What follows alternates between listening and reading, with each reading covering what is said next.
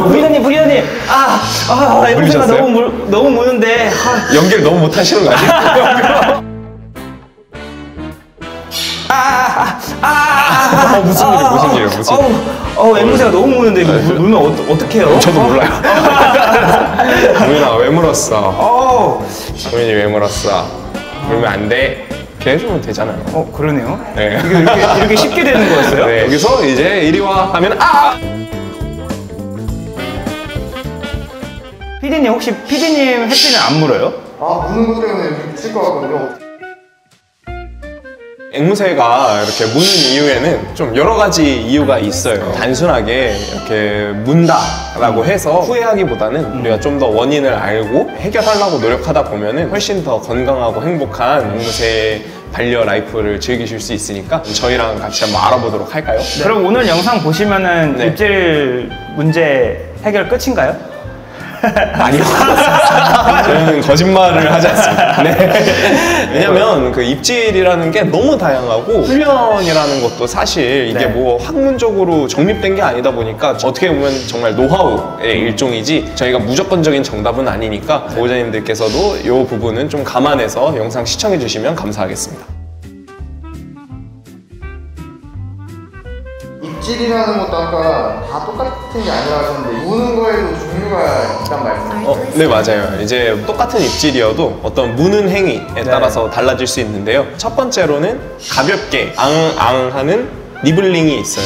앵무새는 손이 없잖아요. 부리가 손의 역할을 해주기 때문에 앵무새가 어떤 호기심이나 탐구심에 의해서 그렇게 무는 건데 이거를 이제 입질이라고 받아들이시는 분들이 있어요. 두 번째는 정말 입질의 형태인 바이팅이 있는데요. 이거는 공격 혹은 방어의 개념으로 확실하게 너를 조지겠다라는 목적성을 가지고 행동을 하는 것을 뜻해요. 니블링 같은 경우에는 처음 앵무새를 받았을 때 대부분은 이제 막 위닝이 끝난 어린 아이들일 거예요. 특히 뭐 예를 들어서 코니어 같은 친구들은 이유식을 해보신 분들은 아시겠지만 이유식을 달라고 이렇게 조르는 과정에서 물기도 하고 위닝이 다 끝나면 물기도 하고 다만 이러한 행동이 반복될 경우에는 바이팅으로 전환될 가능성이 있기 때문에 니블링 같은 경우는 부리를 살짝 잡아서 그냥 떼주시면 됩니다. 처음 키우시는 분들은 아프게 느껴지실 수도 있긴 해요, 니블링이. 이게 뭐지? 하면서 꽉 물어볼 때도 있잖아요. 맞아요. 그럴 때 혹시 어떻게 해야 되나요? 한번 뭐 보여드릴까요? 네, 좋죠. 이 친구는 어떤 친구예요? 이 친구는 이제 뿔버섯이라는 친구고요. 블루 시나몬 코니어입니다. 이제 막 위닝을 떼서 니블링이 있어요. 지금도 햇대를 막 이렇게 막 물어뜯고 하는데 자, 니블링을 먼저 보여드릴게요. 어떤 식으로 하냐면 호기심 때문에 물어요. 예를 들어서 이런 식으로 보이시죠? 여기서 살짝 꿀팁을 알려드리면 코니어 정도 사이즈는 물리실 때 자, 하게 되면 그냥 부리 잡고 저는 세게 안 잡았어요. 그냥 보시면은 이렇게 아랫손톱을 가볍게 하면서 밀어주면서 안 돼 라고 해주는 거예요. 뭐 절대 때리거나 막 그러실 필요 없고 또 하잖아요. 떼주면서 안 돼 라고 해주세요. 요 기간이 한 어느 정도 걸릴까요? 길면은 몇 달 걸릴 수도 있어요. 2년까지도 생각할 수 있지 않나요? 맞아요. 그래서 꾸준하게 이거를 하시다 보면 손가락은 무는 게 아니구나라는 것을 얘네가 알게 되고 안 물게 되는 거죠? 맞아요. 그래서 나이가 먹게 되면은 다 스스로 알게 되고 이 상황을 방치할 경우에는 바이팅으로 전환될 수가 있기 때문에 이때 손가락은 물면 안 된다는 거를 알려주시는 게 중요합니다.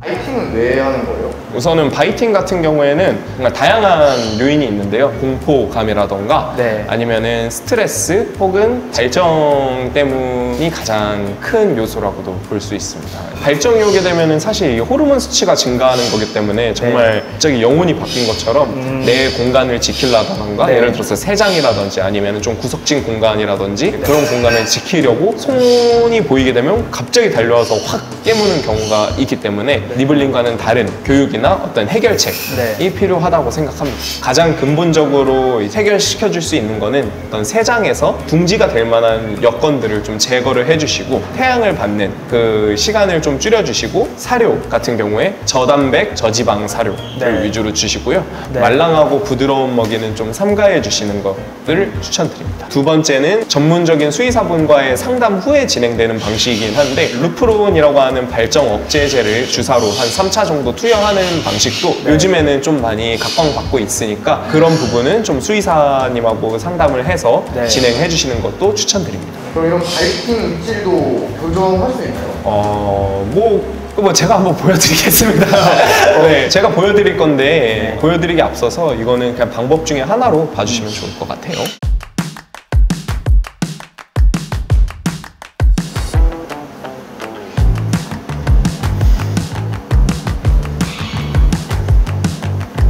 이쪽으로 갈까요? 안녕히 계세요, 여러분.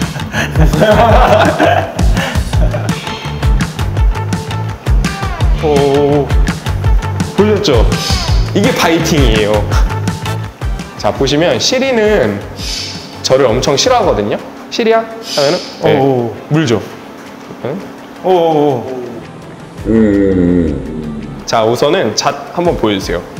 이렇게 뭔가 먹고 싶어 하잖아요. 이제 내가 물리가 좀 무섭다 하면은 이런 아주 린넨 같은 거를 덮어서 천천히 자 보여주고 이리 와 시리 업 물려도 안 아프다. 오.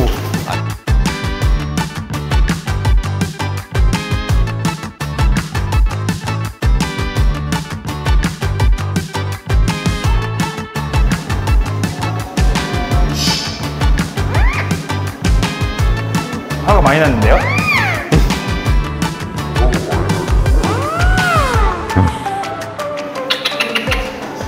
치열해. 무섭잖아요. 네. 그러면은 이제 먹을 거 한번 보여주세요. 그 다음에 어두운 색깔 린넨을 손에 감아가지고 이러면 이제 물려도 안 아프거든요. 새들이 올라오게 편하게 하고 이렇게 천천히 대주면 올라오잖아요. 아. 네, 그리고 이렇게 먹을 거 한번 주고 물론 잣은 못 깨요. 얘는 목도리라서 다시 내려주고 만약에 다 먹으면 다시 계속 반복해 주는 거예요. 아. 네, 지금은 제가 이제 예시라서 빠르게 하려고 잣을 줘서 한 건데 만약에 물리게 되더라도 안 아프니까 한 몇 번씩 혹은 며칠씩 반복하다 보면은 아, 이거 물어도 소용이 없구나 라는 걸 알게 되고 그 다음에 손을 대면은 어느 정도 입질을 좀 피해가면서 할 수가 있게 되는 거죠. 이건 약간 긍정적인 측면으로 트레이닝하는 방식인데 대부분 한 2주 이상은 잡으셔야 돼요. 예를 들어서 3일 정도는 린넨으로 해서 나도 공포감을 좀 없애고 새들도 공포감을 좀 없애서 서로가 좀 신뢰를 쌓은 다음에 린넨 제거하고 맨손으로 한번 시도를 해보는 거거든요. 실제 주의해야 될 사수도 있나요?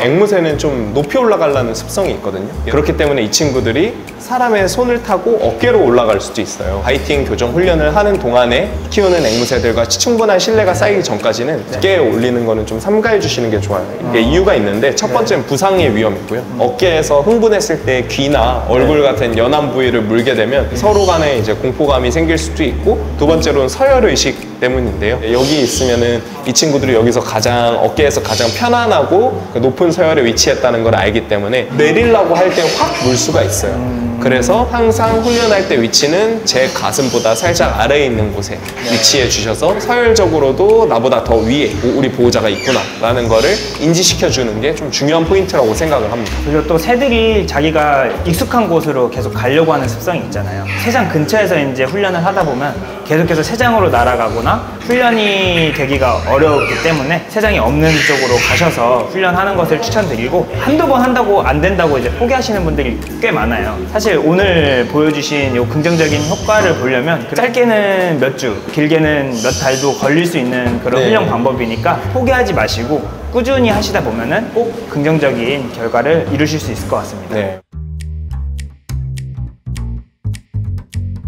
부리를 잡을 거나 네. 트리밍을 하는 걸로도 저 입질 줄이는데 효과가 있나요? 윙 트리밍은 어느 정도 상황에 따라서는 추천되는데 부리 같은 경우는 정말 발정에 의해서 정말 통제가 안 될 때 케어 전문가의 지도 아래에서 진행하시는 거는 추천드려요. 다만 그 부리 트리밍을 정말 잘하시는 분께 맡기는 걸 추천드리고 윙 트리밍 같은 경우는 훈련 집중도를 높이기 위해서 잠깐 단기적으로 몇 장 해주시는 것도 방법 중에 하나로 되기는 해요. 날개가 있으면 이제 날아가 버리거나 아니면 다시 반대로 날아와서 공격할 수가 있기 때문에 정말 이제 내가 통제가 안 될 경우에는 윙 트리밍을 하고 훈련을 한 다음에 다시 비행을 시켜주는 식으로 진행을 해도 괜찮을 것 같습니다. 한두 번 날아간다고 해서 이게 네. 안 되네 하고 트리밍을 해야 되는 건 아니잖아요. 아, 맞아요. 며칠 또는 이제 몇 주 동안 이렇게 해보시고 그러다가도 이제 위험한 상황이 계속 나타난 거나 그럴 경우에는 이제 윙 트리밍을 추천드리겠습니다. 우리 앵무새 키우면서 뭐 식단이든 뭐 입질이든 어떤 거든 간에 단기간에 막 해결하려고 하면 되는 게 없어요. 그렇죠. 그냥 천천히 시간을 갖고 인내하면서 진행해 주시길 추천드립니다.